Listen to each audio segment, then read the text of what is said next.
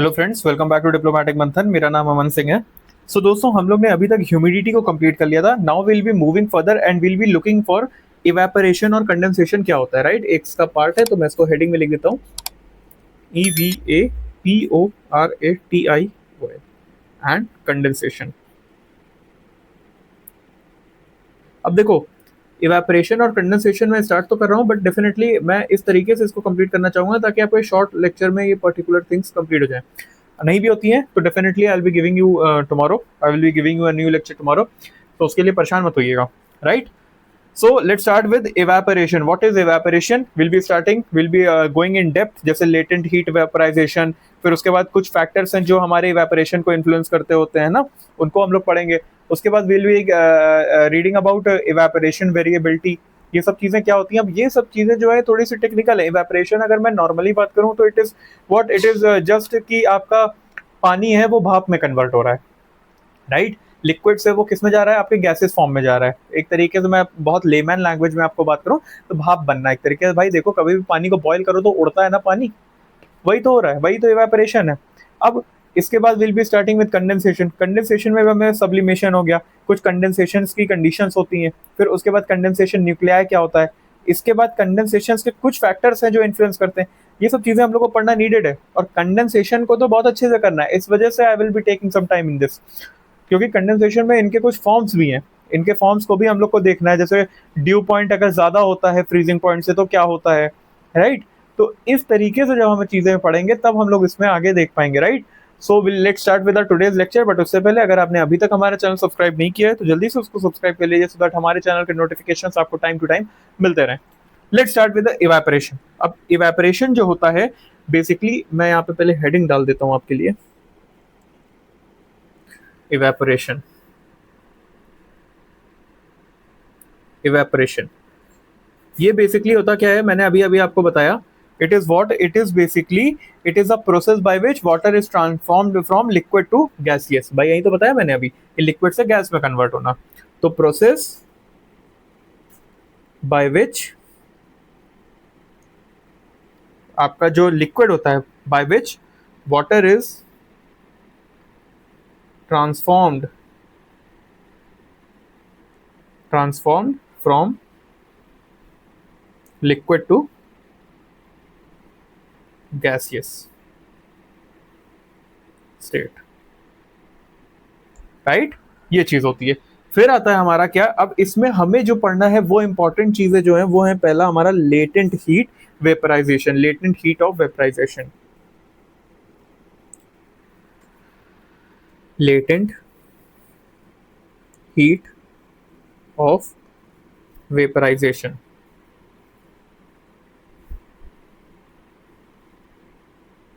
Latent heat of vaporisation. ये चीज आ गई। अब देखिए क्या होता है लेटेंट हीट ऑफ वेपराइजेशन जो होता है वो किस तरीके से होता है। अब देखिए, इट इज व्हाट, जो लेटेंट हीट ऑफ वेपराइजेशन होता है ये होता क्या है, पहली बात तो ये जान लो। सबसे इंपॉर्टेंट चीज है कि लेटेंट हीट ऑफ वेपराइजेशन को जानना। होता क्या है, it is what, it is basically amount of heat that is required to convert a unit of mass of liquid. मतलब एक यूनिट लिक्विड के एक यूनिट मास को, ठीक है, गैसियस फेज में कन्वर्ट करने के लिए जितना भी हीट रिक्वायर्ड है उसी को हम लोग कहते हैं latent heat of vaporisation. Hindi में मैंने आपको बता दिया, अब इंग्लिश में सुन लो। अमाउंट ऑफ हीट, ये हीट का कितना अमाउंट ऑफ हीट रिक्वायर होता है किसके लिए, to convert a unit mass of liquid. मैं इस पर लिख भी देता हूँ, यहाँ पे ऐसे लिख देता हूँ मैं, amount of heat required to convert, यहाँ पे लिख देता हूँ टू कन्वर्ट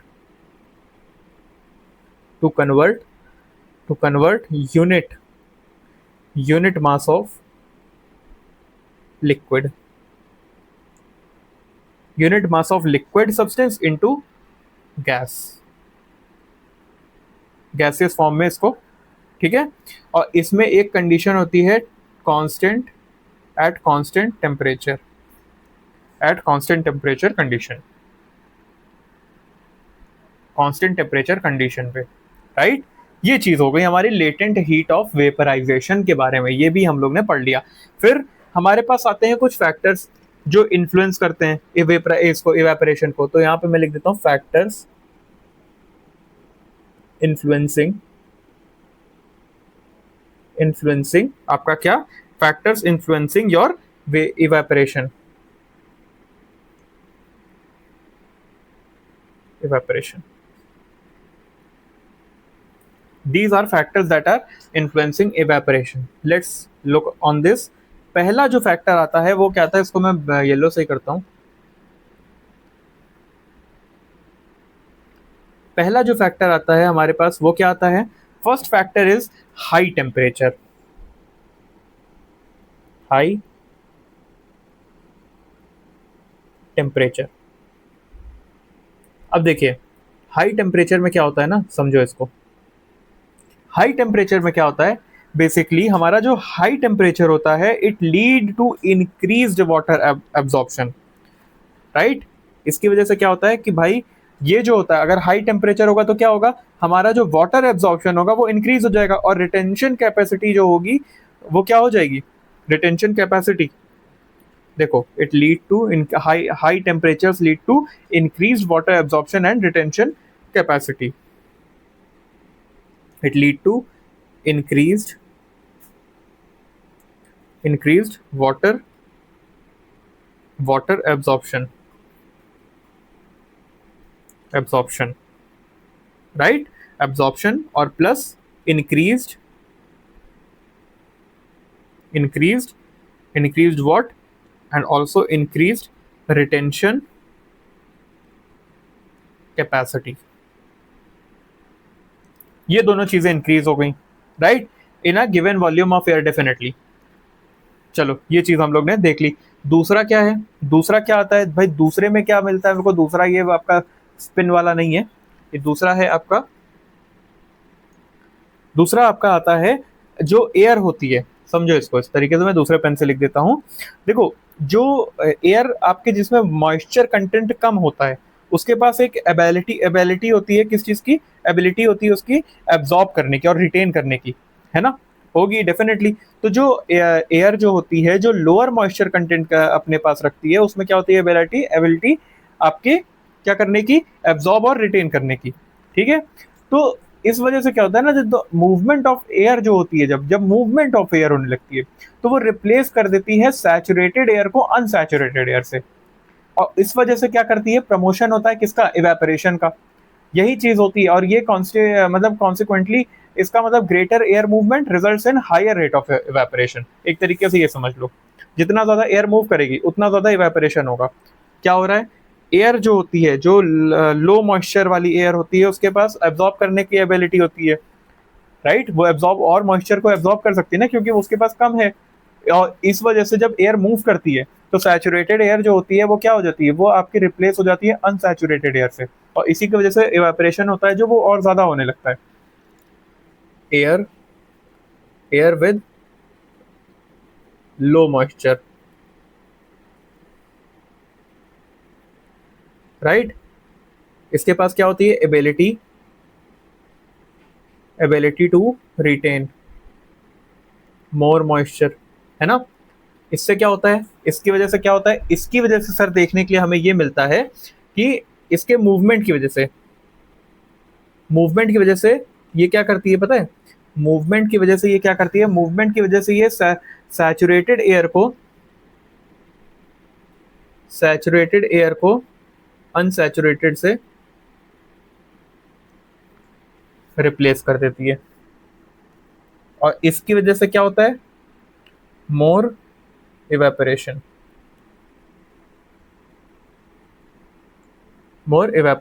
सिंपली अगर मैं आपको वन लाइनर में बताऊं तो भाई सिंपल मतलब greater the air movement greater is the rate of evaporation. Simply अगर मैं बोलूं तो ग्रेटर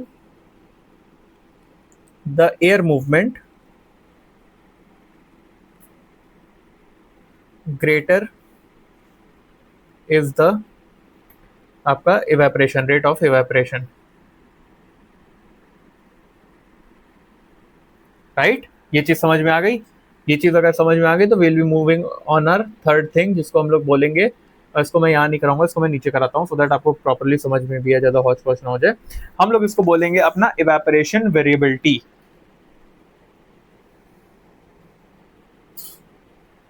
इवेपोरेशन वेरिएबिलिटी। अब ये क्या होता है, लेट्स टॉक अपॉन दिस। ये बेसिकली क्या होता है ना, it is what it is जैसे कुछ फैक्टर्स हैं, जैसे टेम्परेचर हो गया आपका, एयर हो गया है ना, एयर हो गया, टेम्परेचर हो गया, एयर प्रेशर हो गया, विंड हो गया, या वाटर सैलिनिटी हो गया। अब ये जो होते हैं, ये जो फैक्टर्स होते हैं, ये बेसिकली आपके इवेपोरेशन के रेट जो होता है ना, उसको इम्पैक्ट करते हैं। तो अगर मैं ग्लोबली बात करूं तो ओशन जो होता है ना, ओशन उसका इवेपोरेशन जो होता है वो हाइयर होता है। और किस वजह से होता है, क्योंकि उसका एक्सटेंसिव कवरेज है, बहुत बड़ा है ओशन, तो जाहिर सी बात है इवेपोरेशन ज्यादा होगा। लेकिन समझो, evaporation decreases from equator to pole, जैसे जैसे आप इक्वेटर से पोल की तरफ जाओगे इवेपोरेशन जो होगा वो कम होता रहेगा, राइट। इसी को हम लोग वेरिएबिलिटी कहते हैं। भाई कि इतना अलग अलग जगह क्यों कैसा हो रहा है सॉरी, इसका रीजन होता है फैक्टर्स। फैक्टर्स जैसे फैक्टर्स कौन कौन से होंगे भाई, फैक्टर्स होंगे जैसे आपके एग्जांपल ले लो टेम्परेचर, फिर आपका ले लो एयर प्रेशर, एयर प्रेशर हो गया, फिर हो सकता है वाटर सैलिनिटी, कहीं का सलाइन ज़्यादा या तो आपका समझ लो फैक्टर्स में इसके आपके विंड भी आ सकती है ना, विंड भी आ सकती है। तो ये जो होते हैं ये क्या करते हैं, these impact what, it impact evaporation, it impact evaporation. अब हमने जाना कि जो हमारा ओशन होता है, ओशन जो होता है उसका इवेपोरेशन जो होता है हाई इवेपोरेशन होता है, हाई इवेपोरेशन होता है। किस वजह से, क्योंकि इतना बड़ा होता है, इतना एक्सटेंसिव होता है, एक्सटेंसिव कवरेज, एक्सटेंसिव कवरेज की वजह से होता है, राइट। और हमें देखने के लिए मिलता है इवेपोरेशन होता है, मैं ई लिख रहा हूँ सिर्फ, evaporation decreases as we move from अपना equator to pole. Equator to pole जाओगे तो हमारा जो होगा अपना इवेपोरेशन वो कम होता जाएगा, राइट, वो हमारा कम होता जाएगा। तो यही चीज हमें इसमें पढ़नी थी, राइट। तो आप देखना होगा आपने कि the western north Atlantic shows higher rates, right. तो ये चीजें हम लोग ने इवेपोरेशन के बारे में पढ़ ली। Now let's start with condensation. अब ये कंडेंसेशन क्या होता है उसके बारे में हम लोग देख लेते हैं। अब कंडेंसेशन, इसके बारे में थोड़ा ही पढ़ेंगे, रीजन भी क्योंकि ज़्यादा मेरे पास भी टाइम नहीं है और मैं ज़्यादा लंबी वीडियो करना नहीं चाहता हूँ। बेसिक मीनिंग मैंने आपको बताया था कल के लेक्चर में, बेसिक सबसे बेसिक मीनिंग है इसकी कि ये भाप से जब पानी बन जाए, मैं इसको हिंदी में लिखूंगा, भाप से सॉरी पानी बनना, पानी बनना, भाप से पानी बन जाना, इसी को हम लोग कंडेंसेशन कहते हैं। अब इसकी और टेक्निकल भाषा जानते हैं क्या होता है। Basically it is a process of transformation of water vapour into water, transformation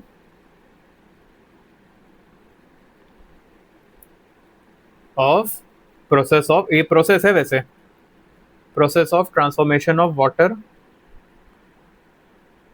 water vapour into water, basically ये चीज होती है, ठीक है। और ये क्या होता है, इससे क्या होता है, इसमें हम लोग को देखें, it is caused by loss of heat, loss of heat की वजह से ये चीज होती है। अब इसमें कुछ प्रकार हैं जिनको हम लोग को पढ़ने की जरूरत है, कुछ टाइप्स हैं। जैसे आ गया हमारा सब्लिमेशन, सब्लिमेशन कुछ टाइप्स हैं इसके। अब what is sublimation, it is basically a process of condensation of water. जब इसमें क्या होता है ना, जो ये उस चीज का प्रोसेस है जिसमें वाटर वेपर जो होता है वो डायरेक्टली सॉलिड फॉर्म में कन्वर्ट होता है, वाटर वेपर डायरेक्टली किसमें, सॉलिड में अगर हो जाए तो इसको हम लोग क्या बोलते हैं, sublimation, right.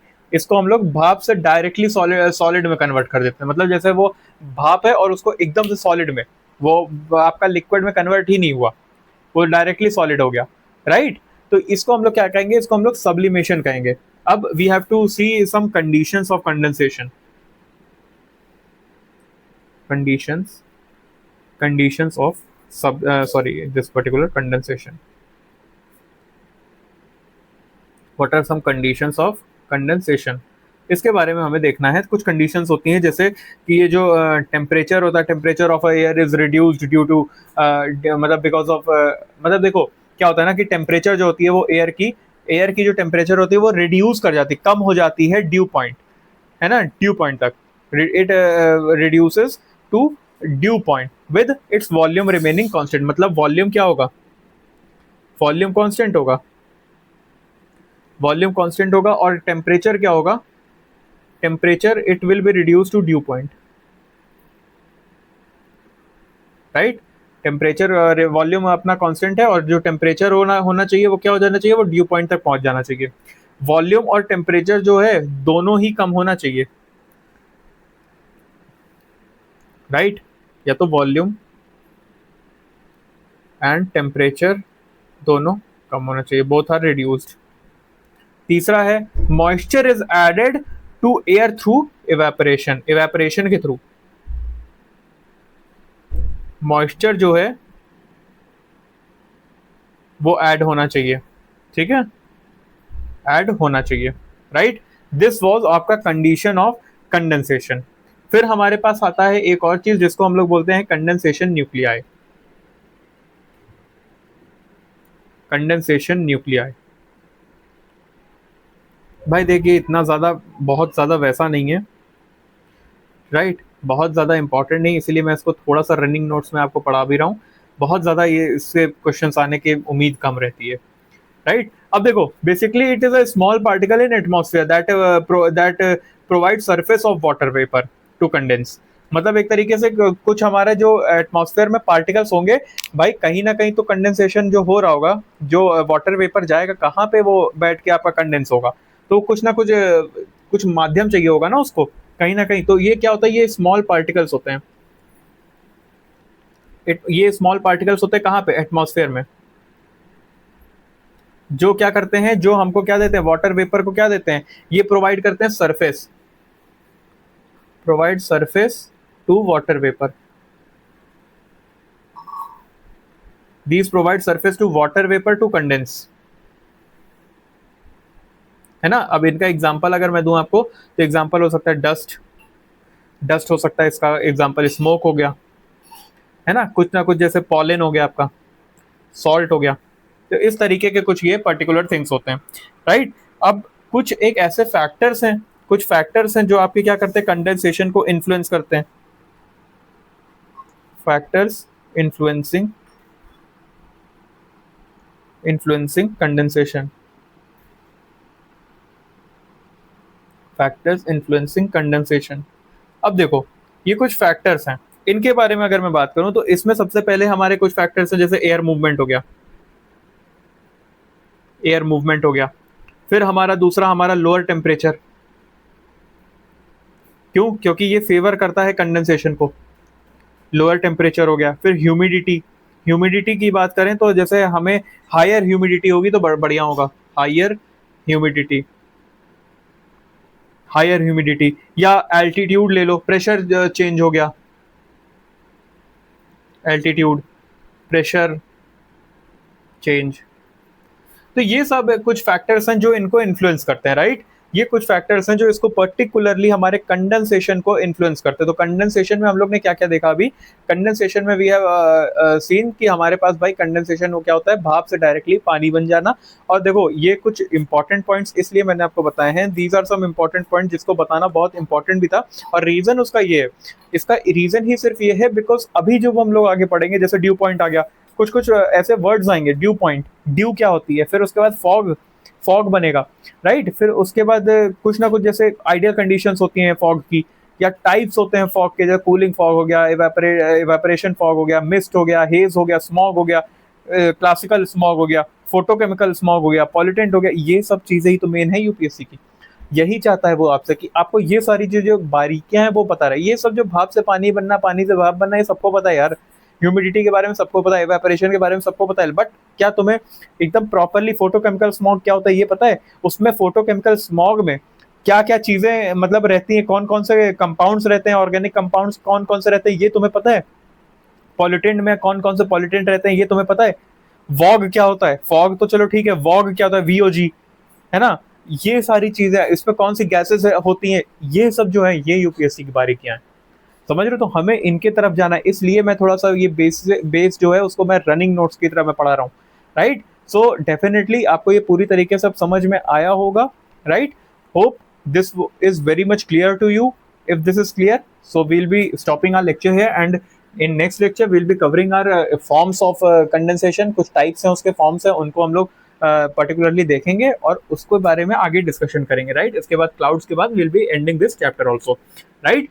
So definitely we'll be moving further in next lecture, and I'll be meeting you again in next lecture.